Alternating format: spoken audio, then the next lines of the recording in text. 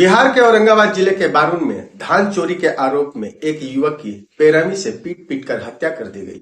Police ने इस मामले में मिल मालिक, एक मुंशी मेट और गुमटी संचालक को हिरासत में लिया था। मृतक की पहचान 28 साल के सुमन कुमार के रूप में हुई है। 8 फरवरी को उसकी शादी होने वाली थी। घर वाले तैयारी में जुटे थे। इसी बीच सुमन की मौत होने से घर में कोहराम मच गया। नमस्कार दोस्तों, मैं दीप देवराना। औरंगाबाद जिले के एक आम सी रात, न कोई तूफान न कोई हंगामा, लेकिन इसी रात ने एक घर की खुशियों को हमेशा के लिए उजाड़ दिया। नरारी कला क्षेत्र के तेंदुआ गांव में इन दिनों शादी की तैयारियां चल रही थी। घर के आंगन में रंगीन बल्ब टंगे थे। मां रिश्तेदारों को फोन पर मिठाइयों की बात कर रही थी और पिता बार बार कहते थे, बस 8 फरवरी आ जाए, छोटका का घर बस जाएगा। यह छोटका था सुमन कुमार, उम्र 28 साल, परिवार का सबसे छोटा बेटा, मेहनत मजदूरी कर घर चलाने वाला। लेकिन किसे पता था कि यह शादी की तारीख उसकी जिंदगी की आखिरी गिनती बन जाएगी। वो रात जब सब बदल गया। बुधवार की देर रात थी। सुमन कुछ लोगों के साथ घर से बाहर निकला। किसी को अंदेशा नहीं था कि ये उसकी आखिरी रात होगी। उसी दौरान बारून थाना क्षेत्र के सिरिस बरवाडीह नेशनल हाईवे किनारे स्थित एक राइस मिल में अचानक शोर मचता है।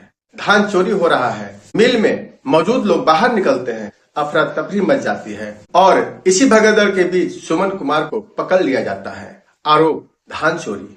लेकिन आरोप साबित करने से पहले फैसला सुना दिया गया।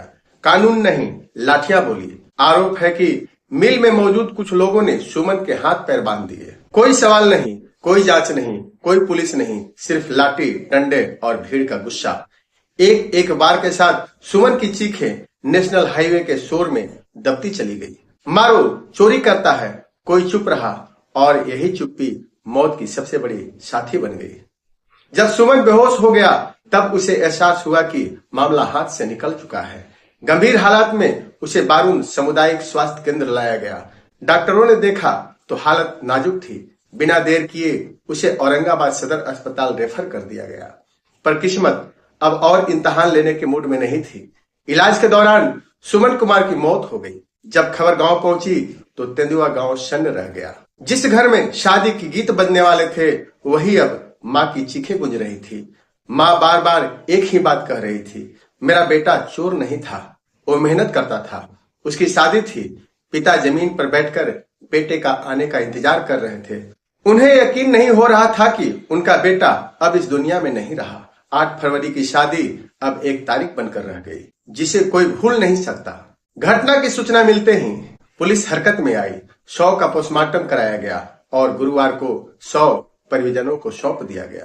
पुलिस ने इस मामले में 2 अलग अलग एफआईआर दर्ज की। धान चोरी का मामला, मॉब लिंचिंग में हत्या का मामला। राइस मिल के मिल मालिक, एक मुंशी, मेट और गुमटी संचालक को हिरासत में लिया गया। पूछताछ जारी है। औरंगाबाद सदर के एसडीपीओ ने बताया कि सुमन कुमार पहले शराब के एक मामले में जेल जा चुका था। लेकिन सवाल यह है, क्या पुराने किसी मामले की वजह से किसी को जान से मार देने का हक मिल जाता है?